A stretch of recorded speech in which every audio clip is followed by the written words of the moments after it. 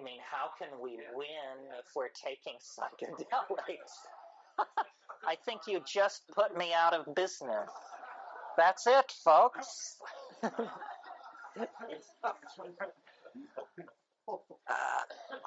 I'm slightly caught out on that. I think that what we have to say is that we must win by example.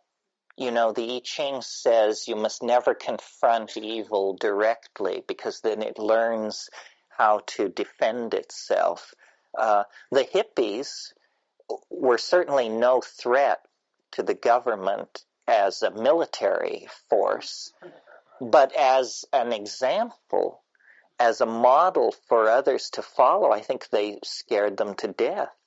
They were probably very happy to see them all turn into weathermen and begin hurling Molotov cocktails. That they understood.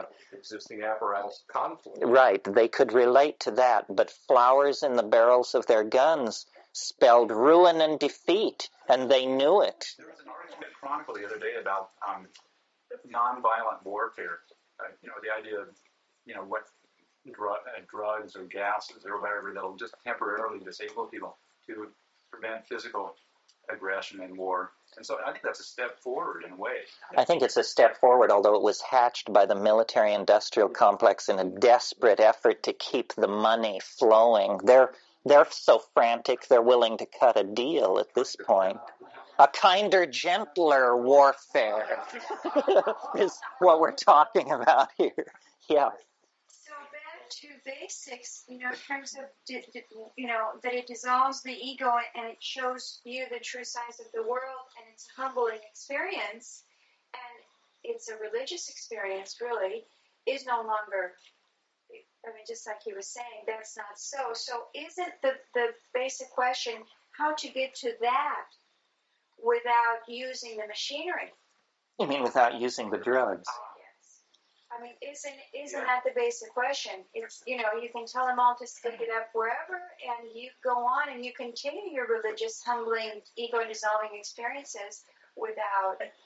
Well, the problem there is it possible?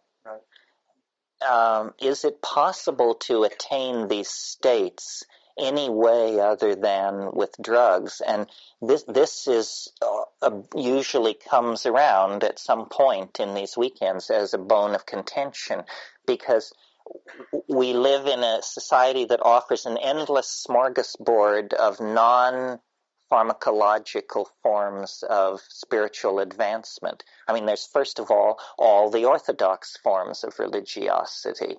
You can study the Torah, you can study Christian theology, or you can be a holotropic breather, or you can, it's endless, this stuff. I am very lumpen, and this is where I feel myself to be the most crude among us, because none of this stuff works for me. And in my darker moments, I even say it doesn't work for anybody. But I always get there's always somebody who assures me that it happens for them naturally. And I just, lucky for you, you're saving a pile of money. The rest of us are going to spend our whole lives trying to get to it. But basically, I'm very skeptical. And then the other problem is, if you don't do it with drugs, it seems like there's always some weird beard personality in the picture. Babaji or Shri Muckaround Hamarubi or Lama so-and-so or Sister somebody. And these people are inevitably pathological. Wouldn't you be if you were Sister somebody? And I think drugs are much safer than gurus. Gurus are... It's part of this thing. We don't want to take responsibility for ourselves. And I guess, I'm loathed for saying this because I just blow the whistle on all these people who have very good livings and are surrounded by adoring fans. And people are perverse. and by people I include myself in that. I mean, people are perverse, and one of the things they like to do, you see, is they like to surrender if it's safe.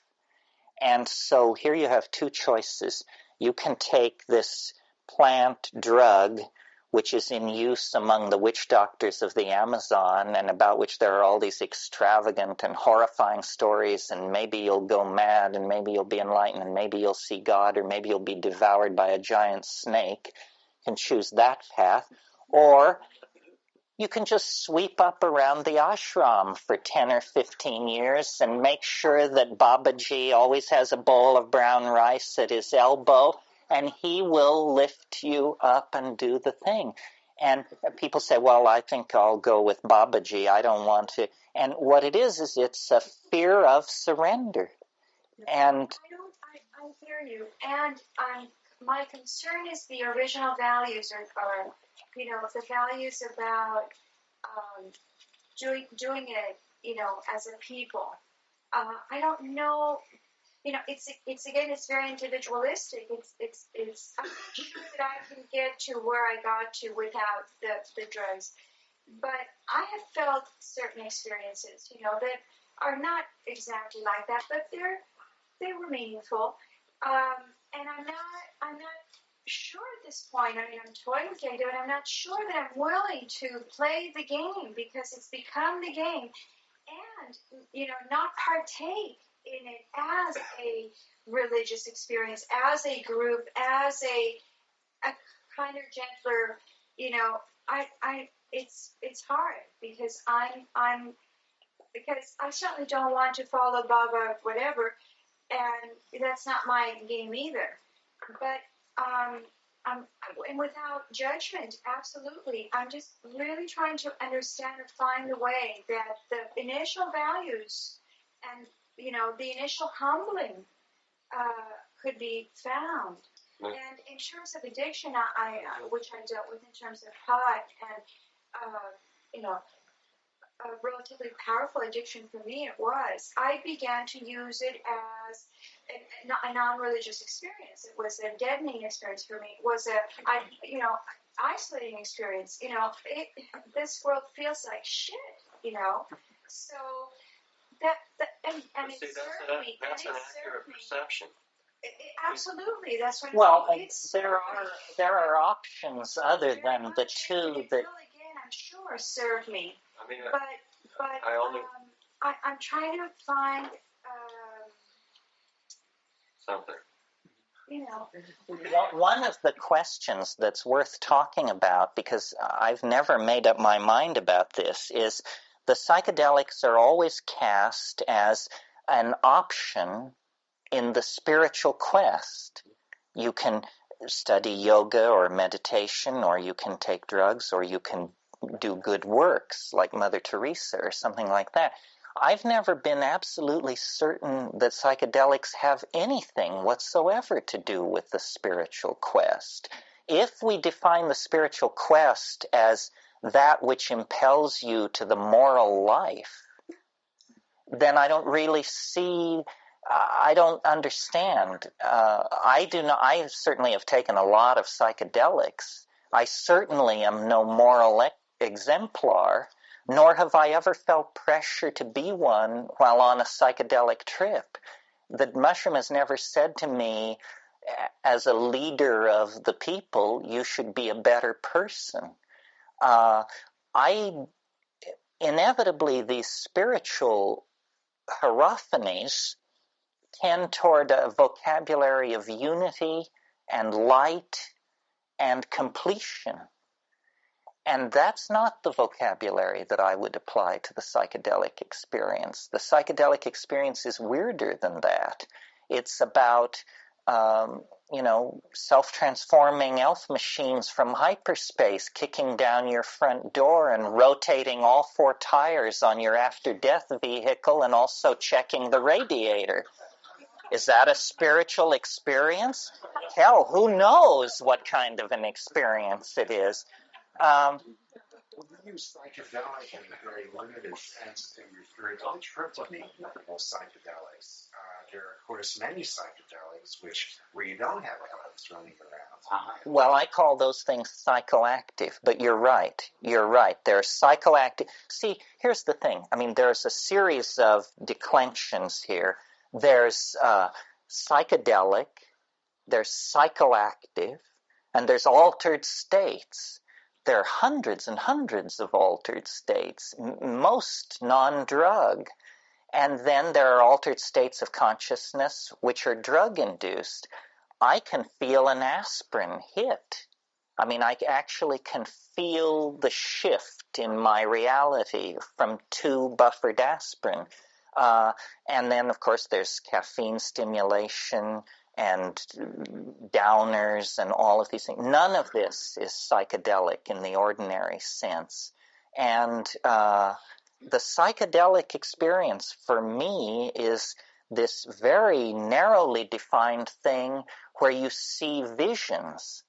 Hallucinations aren't even sufficient because there are all kinds of hallucinations, moving grids of color and little swimming things, and then you get the mice dancing in rows and the little candies floating by, and this, you can't build a pyramid out of that kind of stuff. But the real vision is a very mysterious thing, impossible by rationalist standards, and we all are rationalist enough that even in confrontation with it, we know that it's miraculous. So a thing worth thinking about and worth talking about this weekend is whether or not the psychedelics are in fact part of what is ordinarily thought of as the spiritual quest or the quest for religious understanding. There are people who take psychedelics who don't have an iota of spirituality in them. If you're interested, there's a very interesting book called Shamanism, Colonialism, and the Wild Man by Michael Taussig. Michael Taussig, I dare say, would be very uncomfortable in this room. He would dismiss us all as fruits and flakes because he's a Marxist labor organizer. There is no vertical gain in this guy's worldview.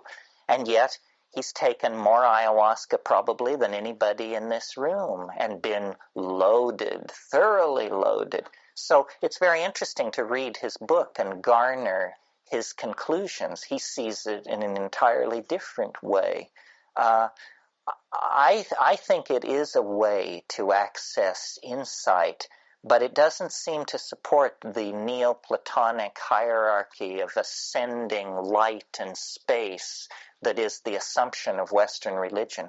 There's no white light at the end of the tunnel in psilocybin. Instead, there's the alien edition of the Encyclopedia Britannica. Maybe that's a spiritually enlightening thing to encounter, or maybe not. Yeah. LSD fits.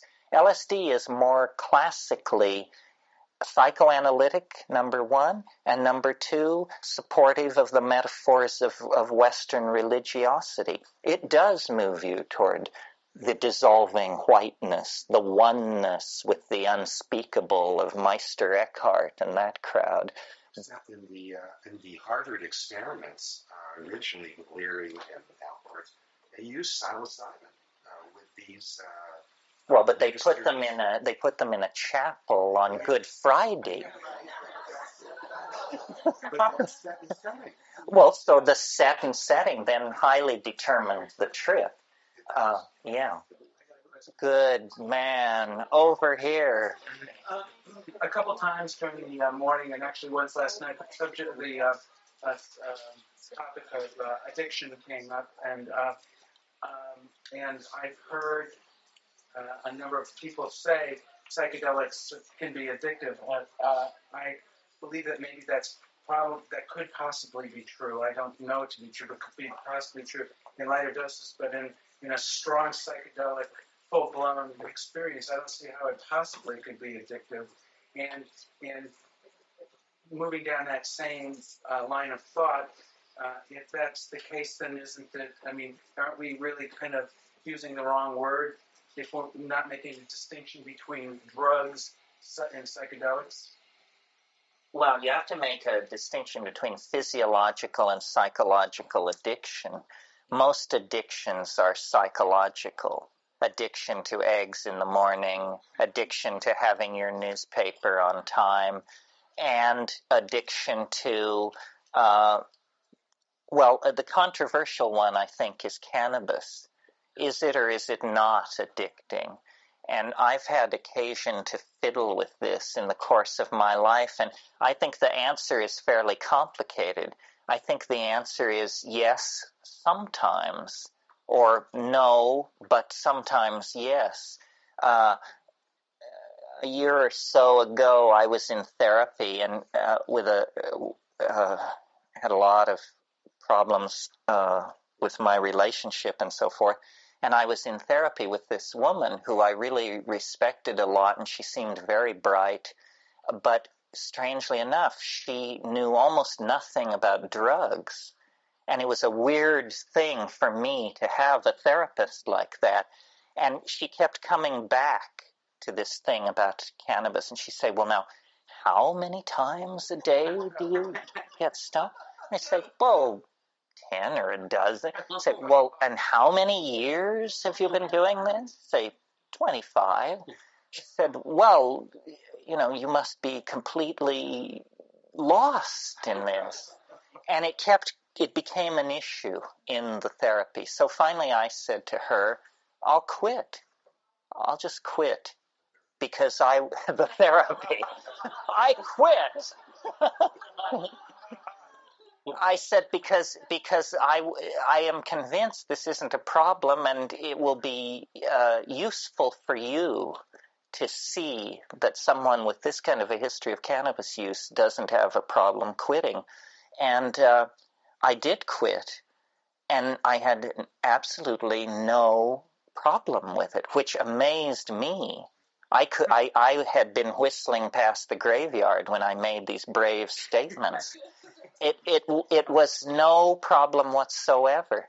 But at other times in my life, when I've tried to quit, it's been a real tussle of some sort. And I think that the setting has a great deal to do. I think we're now fairly addicted to the concept of addiction.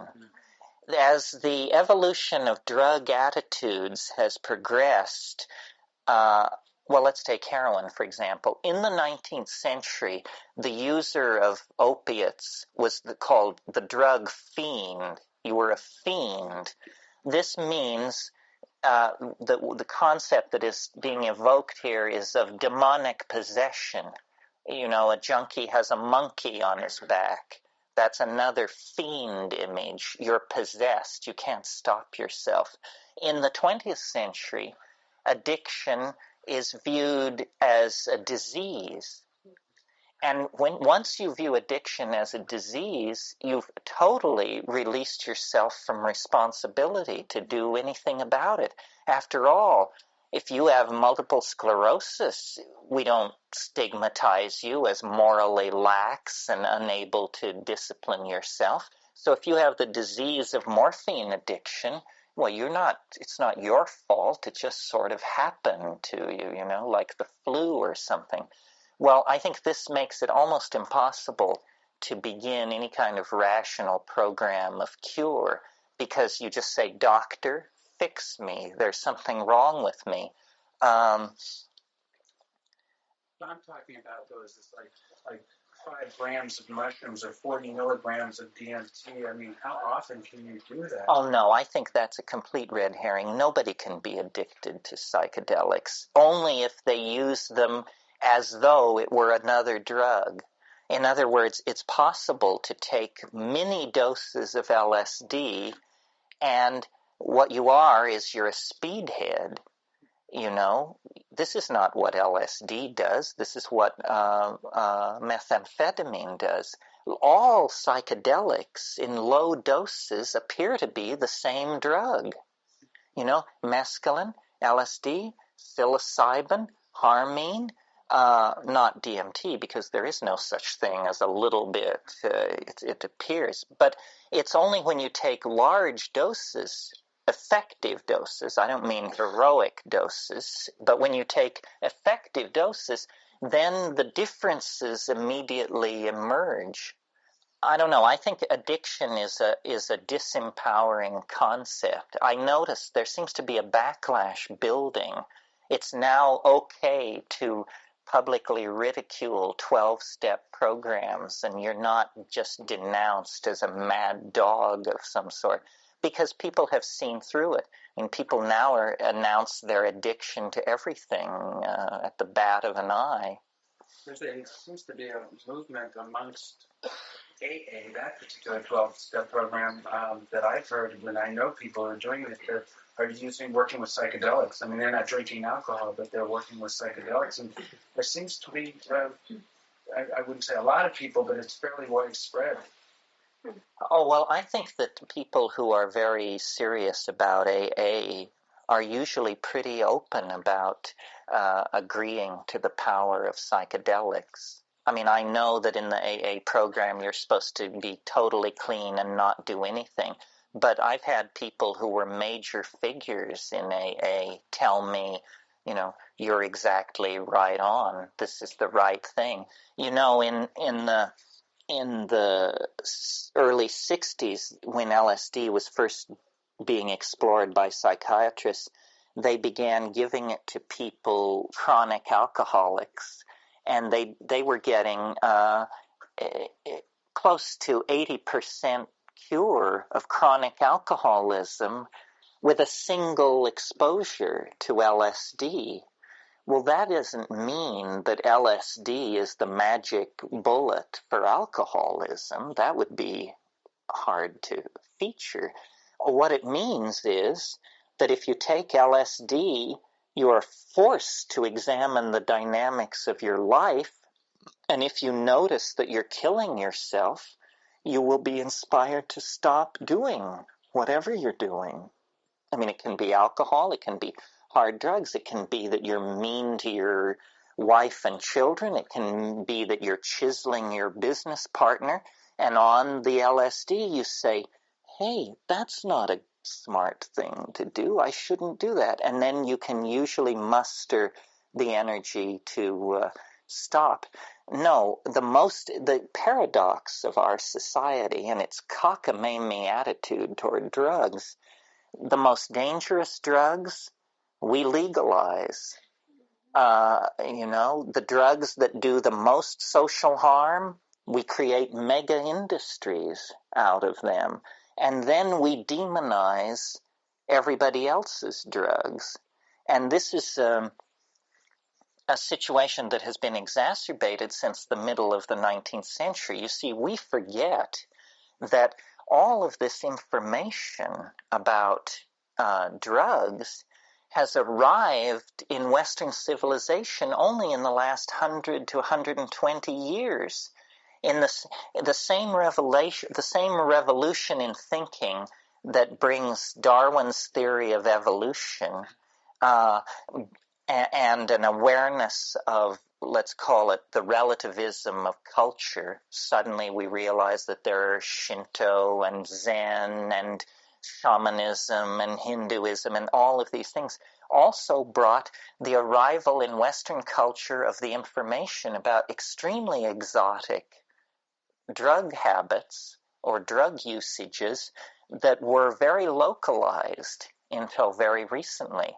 I mean, ayahuasca is a good example. In our lifetime, ayahuasca has gone from being the subject of William Burroughs and Allen Ginsberg's book, The Yahé Letters, where they actually had to make the equivalent of a spiritual pilgrimage to South America to sort through this. It's gone from that to Brazilian missionaries of these ayahuasca religions setting up camp in Malibu and Boston and Berkeley and turning people on. Psilocybin, an even more dramatic example. In 1953, the use of psilocybin was restricted to certain Mazatecan Indian tribes in central Mexico, thanks to the promulgation of home methods of cultivation, now it's a standard item on the psychedelic menu of most high-tech industrial cultures. So we haven't really had time to assimilate all this and make sense of it. Addiction is simply what's the word? A shibboleth? Is that the word? It's a false boogeyman. I mean, our real addictions are to status, property, money, and power over others. I mean, if you got that under control, I think people's relationship to opiates would be a minor part of the agenda. But we love to demonize the exotic and to pat ourselves on the back. I mean, alcohol culture, cultures that tolerate and encourage alcohol are just besotted with alcohol. It touches every aspect of life. I mean, for instance, there are certain subcultures that I think are more besotted than others. Academe is just a nightmare of alcoholic abuse and misbehavior and carrying on of the most bestial and depressing sort. And, these are the carriers of the eggs. They're carrying the basket in which the eggs of culture have been hidden. So, did that get it? Did it get something? One more time, not about academia. That academic culture runs very heavily on alcohol. If you've ever been to faculty parties, or do you think you could advance to full professor in the English department at Cal and Stanford if you were a teetotaler? I don't think so. I think you would be suspect as a pariah, not one of the boys, not a team player, So a lot of hard drinking goes on in those situations. Politics, incredible. Washington, if you want to go to a hard drinking town, these guys that stumble across the front page of our newspaper are just the ones who get caught. I mean, everybody is juicing it real strong inside the Beltway. So, having a belt inside the Beltway. A couple of weeks ago, the CBS reporter Connie Chung, they were talking about when they brought up about somebody's mistress and all that, one of the presidential candidates, and she said, if you had to eliminate everybody who had sexual problems or drinking problems in Washington, about 10% would qualify to run for anything. That's right. I mean, we now are fixated on people's sexual peccadillos in politics, but imagine if getting sloppily drunk were made you ineligible for high public office. I mean, don't forget, having one toke of marijuana 20 years in the past disqualifies you from the Supreme Court. You can't get near it. I mean, you're just a monster of vice. And yet, a clown like Clarence Thomas, I hope you all read the Rolling Stone encounter between Clarence Thomas and Hunter S. Thompson. Oh, it's classic. It's classic. The guy was such a beast that he frightened Hunter Thompson with his drug abuse, treatment of women, and antics. Anyway. Anything else left over from this morning? Talking about institutions being rife with alcohol, with alcohol cultures, it seems that business is the one place that seems to be changing. That that it doesn't really work as well, and that the hierarchical structures do not fit against what the real day-to-day needs are. You don't have an underlying funded environment like government or universities where you live or die, and that these new models are taking hold, and that businesses are trying to transform themselves into learning organizations and keeping up with change and are more open than I've ever remember being before. Well, probably because they're very aware of the bottom line, and they're actually seeing the cost of alcoholism in their workforce, where, as you point out, government and academe, these are places where you feed at the trough of public monies in some sense. I mean, if you're a tenured professor, I don't know what kind of a drunk you would have to be turned into in order to get thrown out of a university. I mean, short of serial murder, they don't punish you for anything once you have tenure. Somebody had something over here? I just wondered, segue completely, if you've seen it play in the fields of the Lord. I actually had such an emotional stake in that movie that I listened to Lou Carlino, who wanted to direct it, and I wanted to be the expert, the consultant, that I didn't go see it because he said they ruined it. Yeah, they did. That it was just botched. If you've read the book, have you read the book? The book is one of the most wonderful, it is, I would say, the most wonderful piece of fiction ever written about the Amazon. And without naming names, I understand these actors did a terrible job. And Babenko, who directed it, they thought they were so smart to get a third world director. But Victor Babenko had never been to the jungle. He's a Rio de Janeiro boy. Just because he did Kiss of the Spider Woman, that didn't set him up for this at all. What Lou said to me was, he said there was no sweat, there were no bugs, there was no grime. What kind of an Amazon picture is this? And their portrayal of his ayahuasca experience was just pathetic. I mean, I heard it was wide of the mark. I mean, I hope it wasn't wonderful for you, because I here, enjoyed it tremendously. well, there you see, that's what makes books rich. Ah. You know, I mean, you probably ought to go see it. No, I think I probably should go see it. Well, now that my initial disappointment has... You know, it's Hollywood. It's not, I mean, maybe throw out the idea that there should be any realism or truth in it. But what it did do, I thought, personally, was that at least it did give people, the audience, a somewhat more vivid and somewhat more accurate picture of this kind of tribal reality than anything I know of that's ever been in Hollywood. Well, how about John Borman's picture, The Emerald Forest? Yeah. That more You- a better picture of this situation. More authentic. More authentic, yes. I didn't see at play, so I can't say. But I thought John did a good job with that, considering he had never had a psychedelic experience at that point. He was feeling by theory, and he got pretty close to it. There have been attempts in Hollywood to deal with this theme, most of them quite unhappy. What was that awful thing with Richard Chamberlain?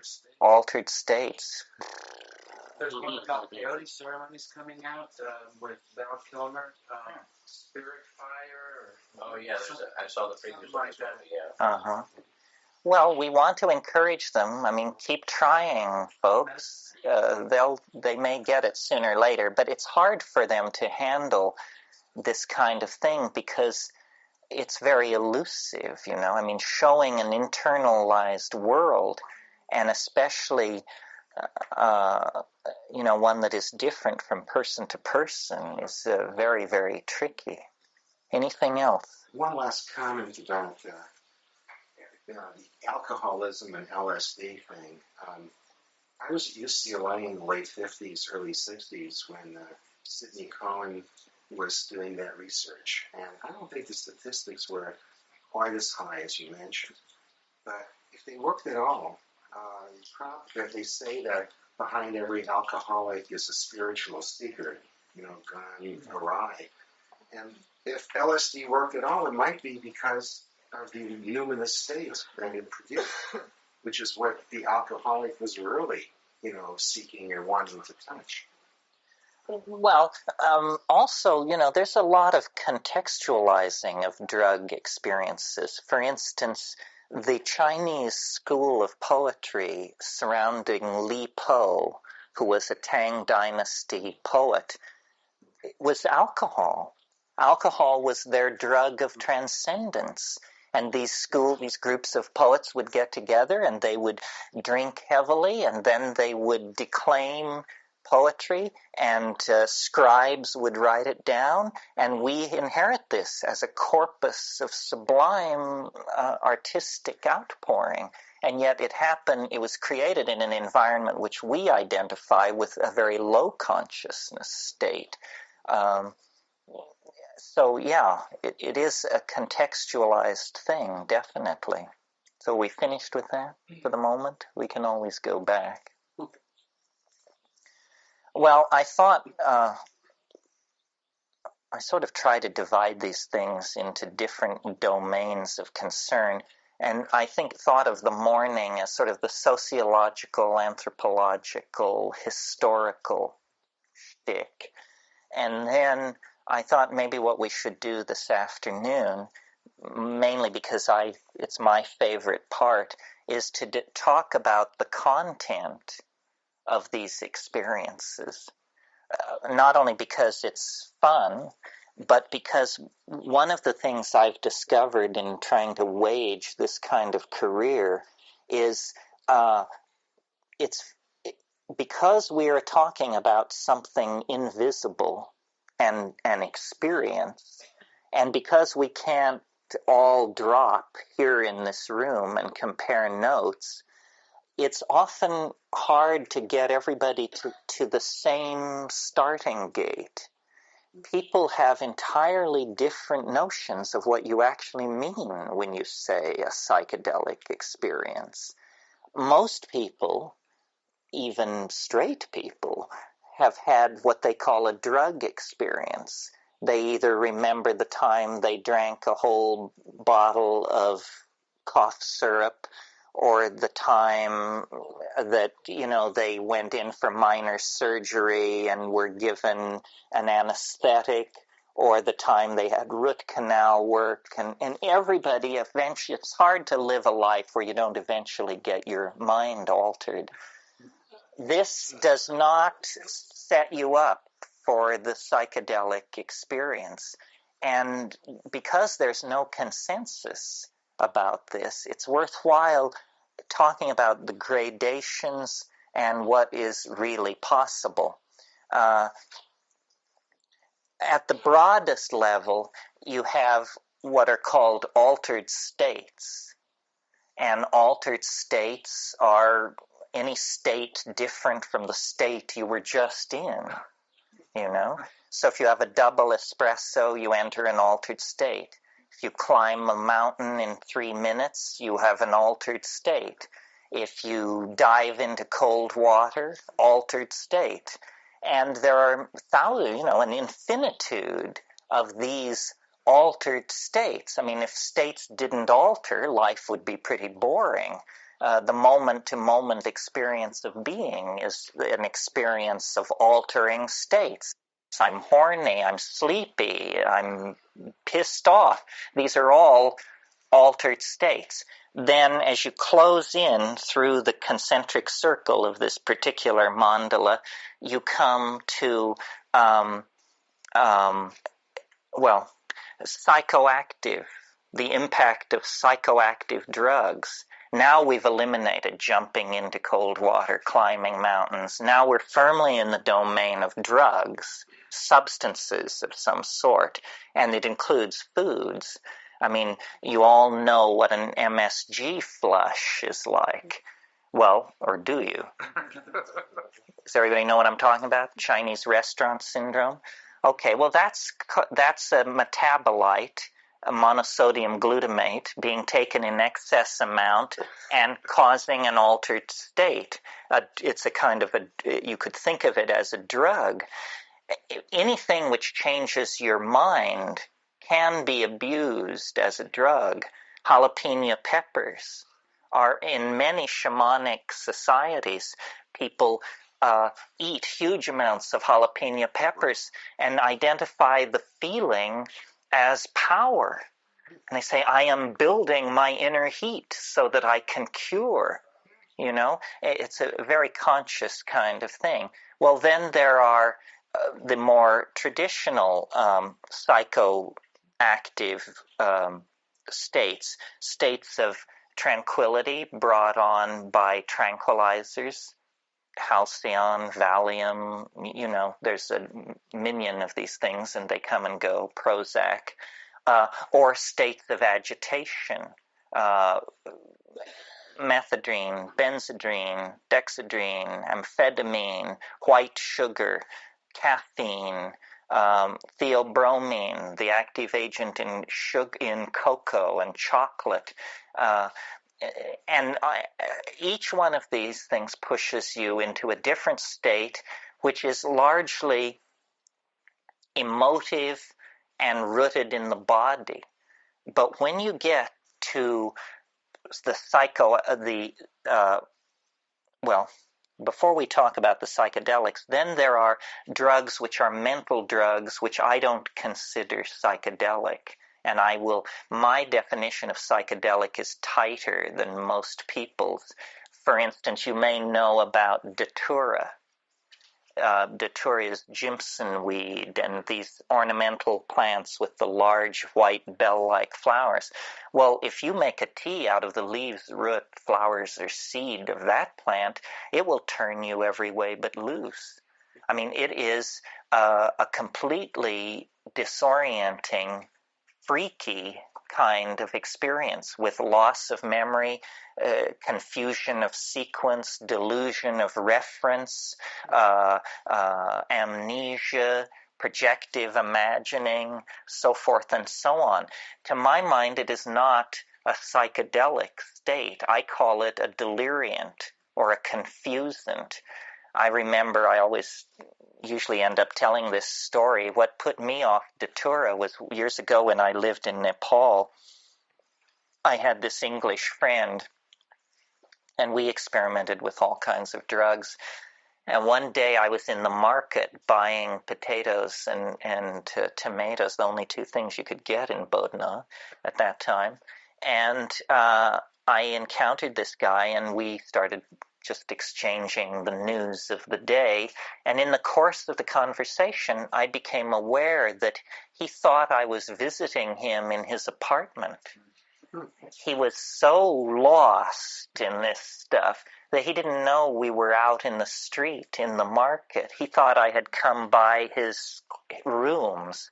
Well, I just said, that's too stoned. Nobody needs to be that twisted around. I mean, you literally do not know what is happening. To my mind, the psychedelics can be chemically defined, with very few exceptions, as indoles. Now, the only exception to this is mescaline. Mescaline is not an indole.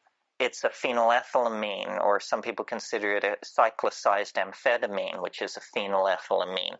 I am not fond of mescaline. It seems to me that to get to psychedelic levels with it, you have to take so much that you're fairly rattled. It's hard on you, and it's hard on you the next day. And many people who are great devotees of peyote, when you question them very closely, it isn't the quality of the visions. It's some more murky thing. It's that they like hanging out with Native Americans. They like drumming all night. They love ceremonies. They like going to the Southwest. But it's not the quality of the visions. Not that mescaline can't do that. It certainly can. If you read these early researchers like Heinrich Kluwer, S. Weir Mitchell, Havelock Ellis, I mean, these are wonderful descriptions of full-on psychedelic states, but they were using pure mescaline, and close to a gram a throw, which is a lot. Most people, when they take pure mescaline, if you actually measure the amount that they're taking well under what is clinically considered the effective dose. If you look in the Merck manual or the PDR, the clinically recommended dose of pure mescaline is 750 milligrams, 3/4 of a gram of alkaloid. Very few people actually take that. And this brings us to one of the issues around psychedelics. There are a lot of wannabe experts running around who didn't take enough, because you have to take a lot, not a lot, but you have to take a frightening amount to get into what it's really about. People who have taken 50 gamma of LSD or 100 gamma of LSD or 2 grams of mushrooms or something like that, they are not qualified to hold forth on the nature of the psychedelic experience, because those doses don't deliver it to you. What they deliver is the periphery of the psychedelic experience, accelerated thought processes, a kind of depth and richness to cognition that is unfamiliar, an ability to analyze situations from unusual perspectives or to reach unexpected conclusions. But I found this reluctance to come to grips with the full psychedelic experience, even among Amazonian shamans. I mean, people are reluctant to go the full distance. We were with shamans at one point in Peru, ayahuasca shamans, and I was aware of an admixture plant that was stronger than the admixture plant that they were using. And I kept asking this guy, what about so-and-so? Why don't we do that? And at first, all he would say was that it's not for Christians, which was strange because he always knocked Christians. So I didn't, but I kept pressing. And finally, he said, we just don't do it that way. And I said, why not? And he said, because it's mal y bizarro, you know? And I said, isn't that what we're shooting for? Apparently not. A curing shaman wants to be empowered to cure. He doesn't conceive of himself as a Magellan of the phenomenological realm who's setting out to circumnavigate the mental universe in an evening. And then of the psychedelics, they deliver differing levels of this. And then what you always have to bear in mind when you listen to me talk about this is there are physiological differences among people. You know, in the same way that person A can detect a compound X at 1 part in 10,000, but person B cannot detect the same compound unless it's there in, 1,000 parts in 10,000. We are genetically different in this area of drug receptors. And it's even possible, although it is also permissive of a kind of crypto-fascism, to believe that there are shamanic lines, families, races even, that are more or less inclined to this. The Irish are always singled out as special offenders in this area. The stereotype of the Irish is that they have a peculiarly intense relationship to intoxication and to little people in a nearby but invisible world.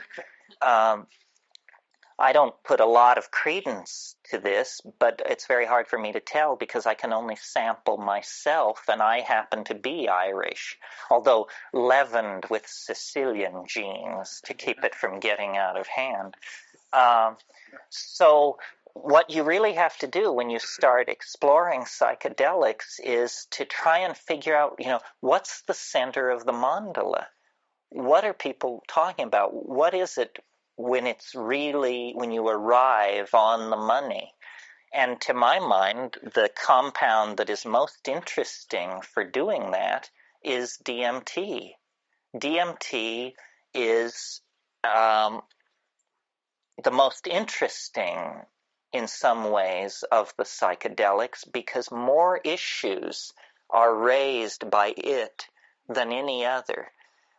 Such issues as, I'll just run over some of them so you get a feeling for it. DMT is the strongest hallucinogen there is. If it's possible to get more loaded than that, I don't want to know about it. And I say so when I'm there. I say, my God, if you can get more loaded than this, keep it away from me. So that's it. It's the strongest. It's also the shortest acting. DMT, when smoked, in most people, is return you to normal in under 10 minutes. Under 10 minutes.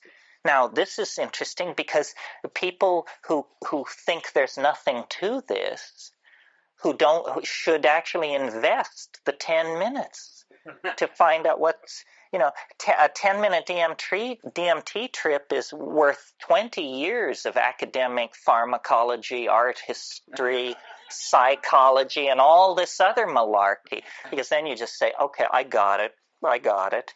Another very interesting thing about DMT is it occurs naturally in the human brain. Well, now what's going on here? He's saying the strongest drug, the fastest drug, is the most natural drug. It means that, you don't have to sail off into 3-hydroxy-4-pyridyl N-methyl marubishtik or something like that to get into the exotic realms. No, a human metabolite, which takes only 10 minutes to undergo its entire exfoliation and quenching, is the strongest of all. Well, then what is it? What does strong mean? What is a strong psychedelic?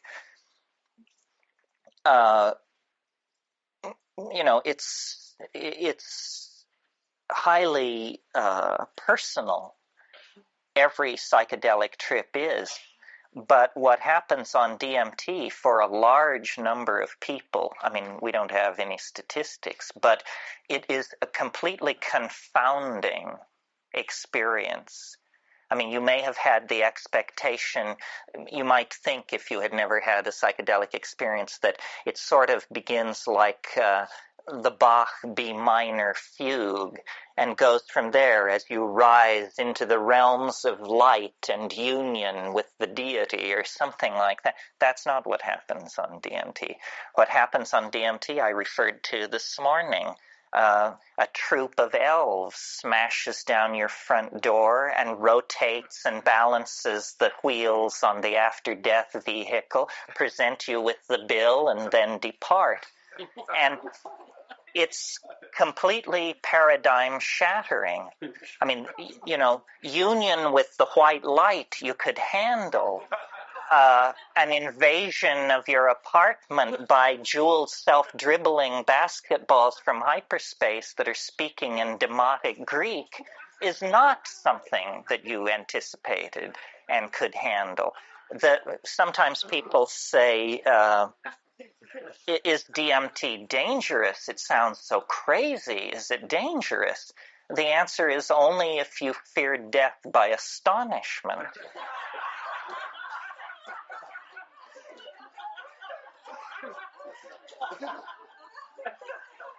Remember how you laughed when this possibility was raised, and a moment will come that will wipe the smile right off your face.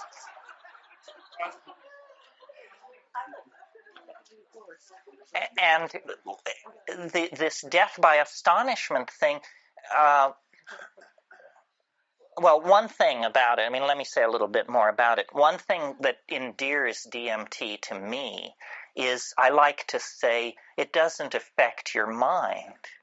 It doesn't seem to affect your mind. In other words, you don't change under the influence of DMT. You don't become a kinder, gentler person. You don't sink into, a line of drool from one corner of your mouth as you sit there twitching. You don't change. What happens is the world is completely replaced. Instantly, 100%, it's all gone. And what is put in its place, not one iota of what is put in its place was taken from this world. So it's a 100% reality channel switch. They don't even retain three-dimensional space and linear time. It's not like you go to an exotic place, Morocco or New Guinea. It's like reality is swapped out for something else. And when you try to say what it is, you realize that language has evolved in this world, and it can serve no other. It takes years of practice. So what you're looking at is literally the unspeakable. The indescribable falls into your lap. And when you try, you're loaded, right? You're there, and you're trying to explain to yourself what's happening. And so this is like you try to pour water over the transdimensional objects in front of you, the water of language, and it just beads up and flows off like water off a duck's back. You cannot say what's there. And I've spent, 25 years fiddling with this. It's become the compass of my inspiration, trying to say what is on the other side of that boundary. Just 2 large tokes away at any given time is this non-Euclidean, non-Newtonian, irrational, un-Englishable place. But it's not smooth and empty and clear. That's not what gives it its indescribability. What gives it its indescribability is its utter weirdness, its alienness, its power to astonish. What happens to me when I smoke DMT is there's a kind of a going toward it.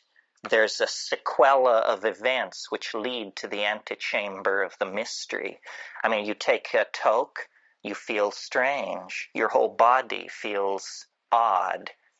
You take a second toke, all the oxygen seems to have been pumped out of the room. Everything jumps into clarity. It's that visual acuity thing. You take a third toke if you're able, and then you lay back and you see this thing which looks like a rose or a chrysanthemum, this orange spinning flower-like thing. It takes it about 15 seconds to form, and it's like a membrane. And then you break through it. You break through it, and then you're in this place. And there's an enormous cheer which goes up as you pass through this membrane. Some of you may know the Pink Floyd song about how the gnomes have learned a new way to say hooray. They're waiting. And you burst in to this place, and you're saying, geez, this stuff is really speedy. I mean, that's like describing a space shuttle launching as noisy, You say, this stuff it's, and you say, am I all right? Am I all right? That's the first question. And so then you run your mind around the track, and you say, heartbeat, normal, yeah, normal. Heartbeat, normal. Pulse, normal. Breathing, breathe, yes. But what's right here, and from here out is this thing, which no matter how much science fiction you've done, no matter how much William Burroughs you've read, no matter how much time you've spent in the company of the weird, the bizarre, the outre, and the peculiar, you weren't ready. And it's completely real. It's in a way more real than the contents of ordinary reality, because see how the shadows here are muted, and there's a lot of transitional zones from one color to another and so forth. This isn't like that. This is crystalline, clear, solid. You can see the light reflected in the depths of these objects, and everything is very brightly colored, and everything is moving very, very rapidly. And there are entities there.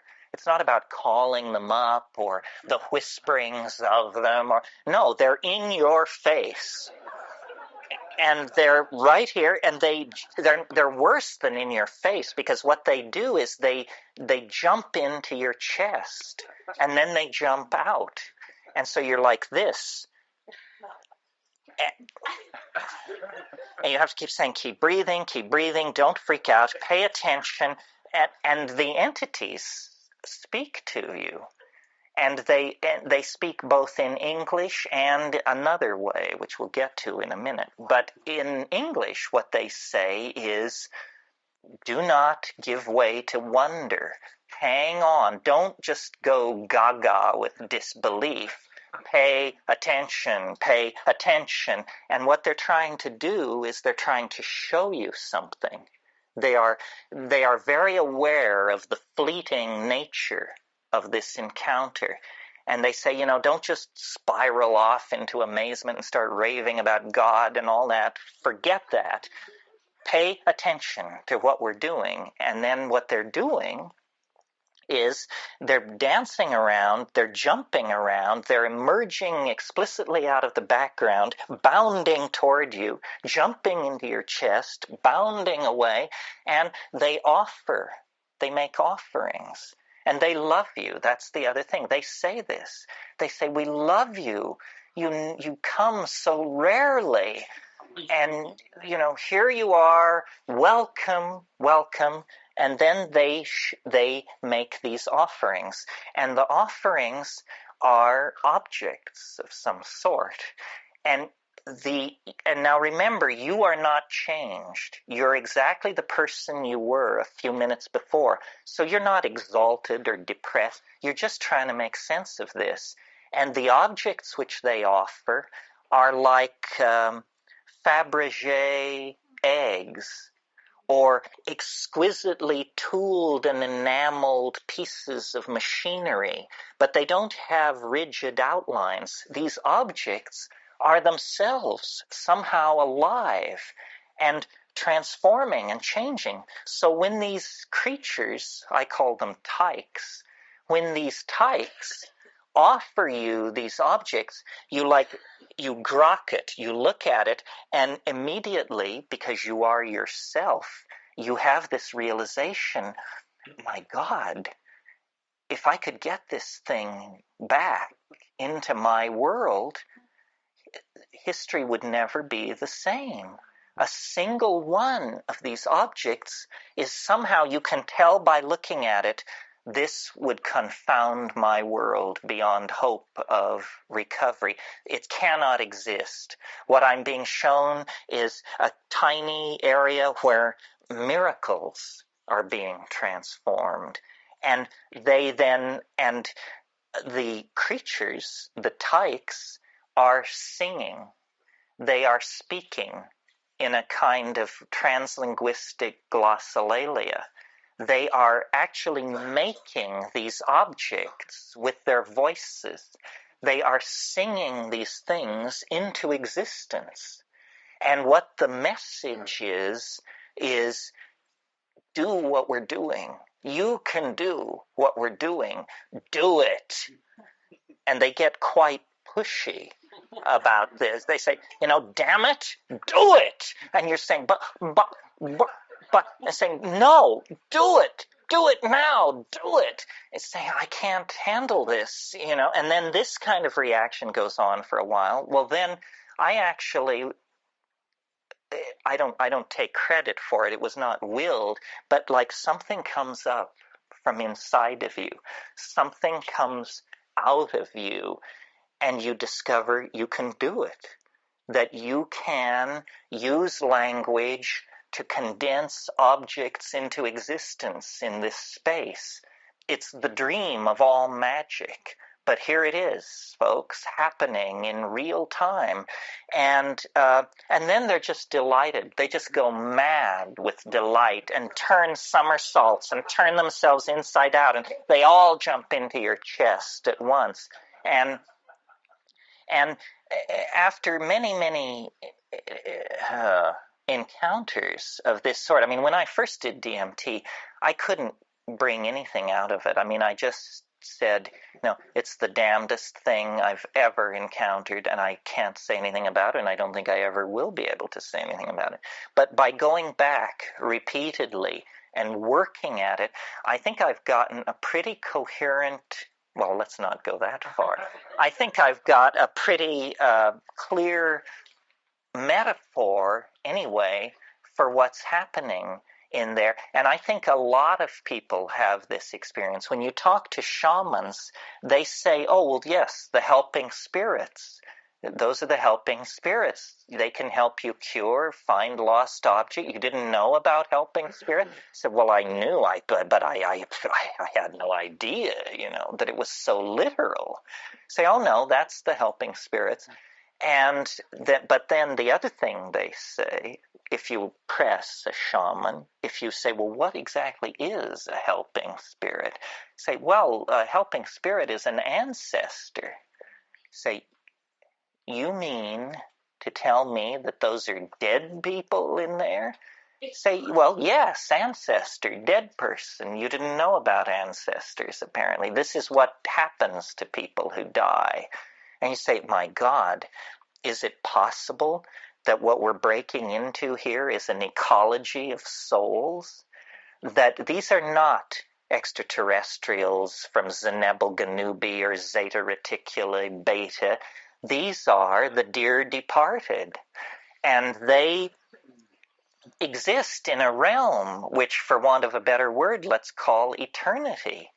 And somehow this drug, or whatever it is allowing me to see across the veil. This is the lifting. You want to talk about boundary dissolution. It's one thing to get tight to your partner. It's quite another to get tight to the dear departed of centuries past. That's a serious boundary dissolution when that happens.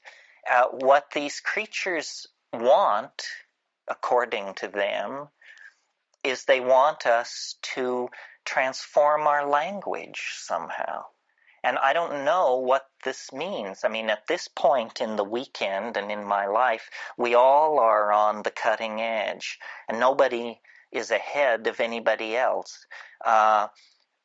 Clearly, we need to transform our language because our culture is created by our language, and our culture is toxic, murderous, and on a downhill bummer.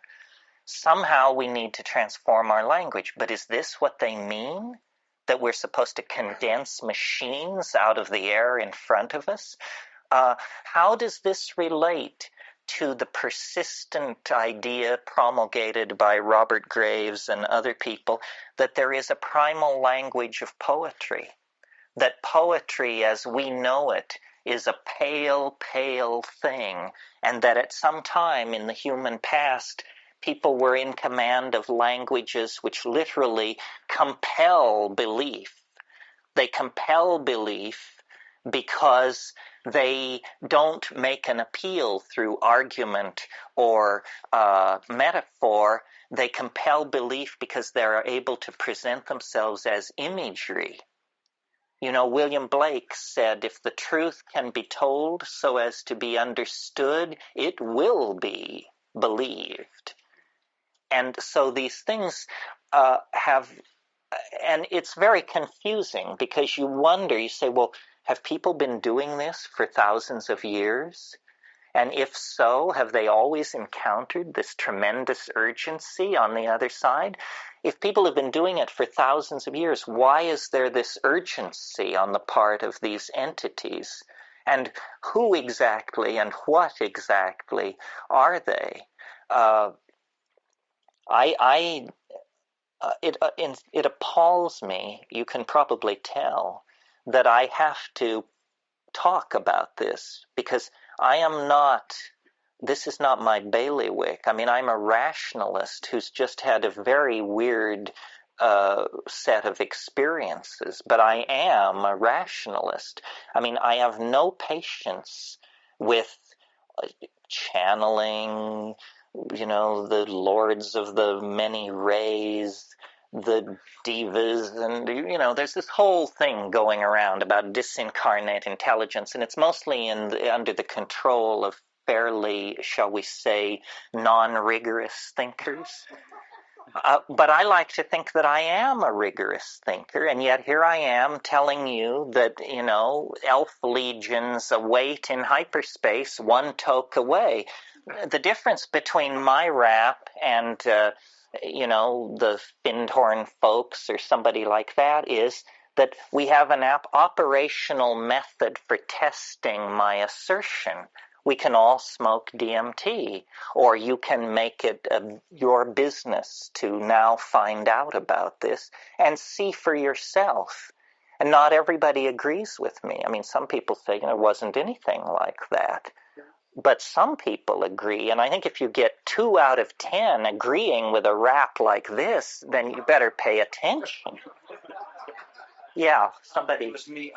You said that no amount of meditation or anything else prepares you for it. I mean, I've certainly smoked a fair amount of DMT, and I maybe not 50 times, but probably approaching that, and I'm still not prepared for it. Each time it seems like, all the times before haven't prepared me for what I get into. Is there a point where you found that you are prepared? No, you're never prepared because, in fact, and I mentioned this last night, something goes on in the DMT flash that I don't think anyone can bring back.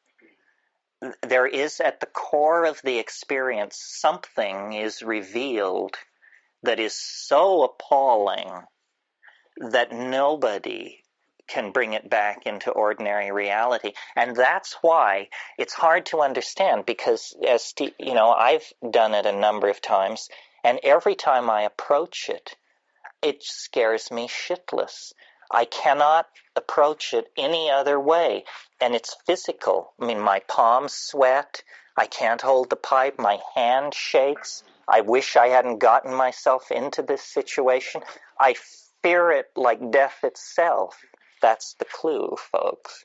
I think that what happens, and I've reached this opinion by reason and rationalization, not by direct experience. I think that what happens at the center of the mandala of that experience is that you do understand that these are souls. You have some kind of experience which converts you to this view beyond a shadow of a doubt. I'm not saying you meet your dead grandmother, but it's something like that. And that experience is simultaneously so affirming and at the same time so paradigm shattering that you can't retain it. You return to this world with a story of jeweled self-transforming basketballs and Fabergé eggs and a lesson in hyper language. But there is a moment, I think, where you find out something truly, truly paradigm shattering that you can't even tell yourself. It's such an appalling revelation. And the only thing I can think of that would fill that bill is something about the nature of life and death. That you actually go under the board, you find out the thing which nobody is ever supposed to find out in this world. And I suspect it's what shamans know. That a shaman is a person who knows the unspeakable secret. And once you know it, there's no going back. I mean, you become fey, enchanted. You're touched by the other. You now are a part of fairyland. And this gives you, I don't know what it gives you, charisma, magical power, healing, the possibility to heal. But it also sets you apart from your fellows because they don't know from it. They don't know. I mean, science can't survive in that environment for half a minute. The entire construct of Western reason disappears into that dimension like hurling an ice cube into a blast furnace. It just can't survive that encounter. If flying saucers were to land on the south lawn of the White House tomorrow, it wouldn't change the fact that DMT is the weirdest thing in the universe. Yeah. I haven't done DMT yet. I'm very fascinated now. So what's you're describing this experience in some way, which somehow I think you're communicating to us. But now after this has happened, 10 minutes of time as we know it passed, and you were saying that physically your mind is working, your emotions are working, the drug goes out of your system, you're snapped back into boring old reality. Then what happens? Do you know what I mean? Well, you spend the next week sort of trying to integrate what the hell this is about. No. You talk up the pocket counter. No, you don't do either in most cases. What you do is you immediately forget. Immediately. So if you talk to a person 5 minutes after they've smoked DMT, they're usually into saying, it was incredible. It was amazing. And then you talk to them a half hour later and they say, it was the most incredible thing that's ever happened to me, but I can't remember anything about it. And the fact that it's so brief, we tend to value things based on how long they last. Something which only lasts 2 minutes, once it's over, how can you say that that was the most important thing that ever happened to you? I mean, it is utterly irrelevant.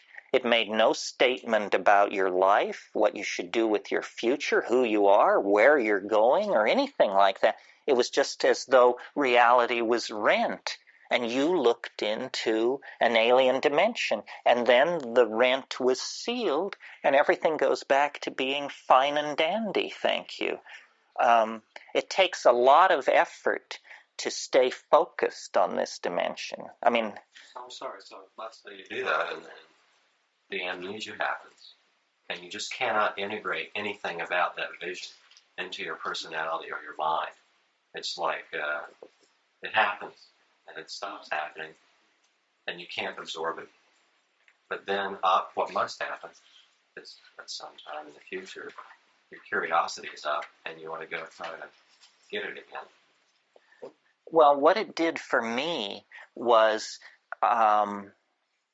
it's evidence against certain points of view is what it is. It says,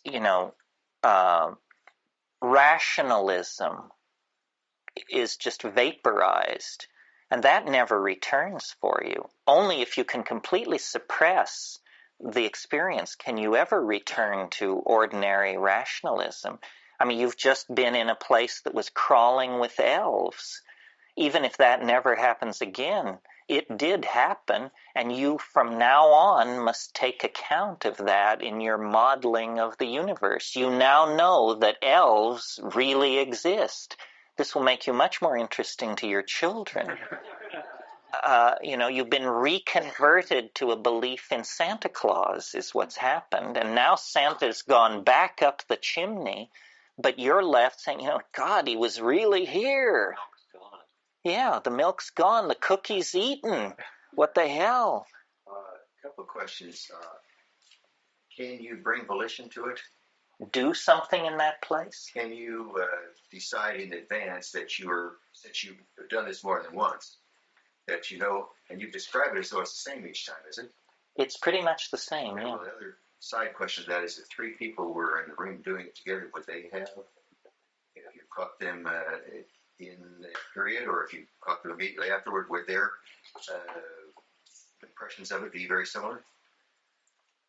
I've sat in situations where you would turn one person on, then another person, maybe do 6 people in the course of an evening, and reactions vary.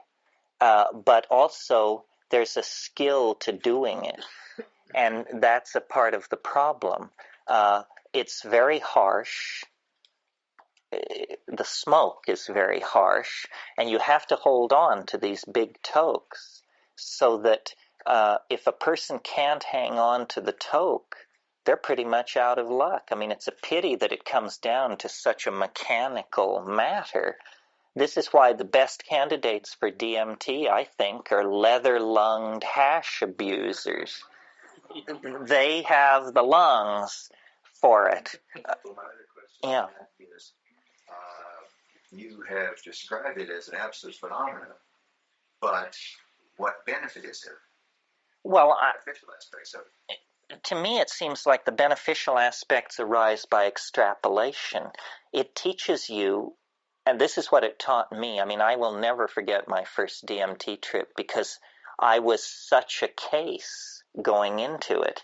I mean, if you had known me when I was 19 years old, I was into Jean-Paul Sartre, Alfred Camus, Marxism, Freud. I was a jerk. And I came down from it, and I said, I can't believe it. That was all I could say for about 20 minutes. I was like in shock. I said, I can't believe it. I can't believe it. Jesus, I can't believe it.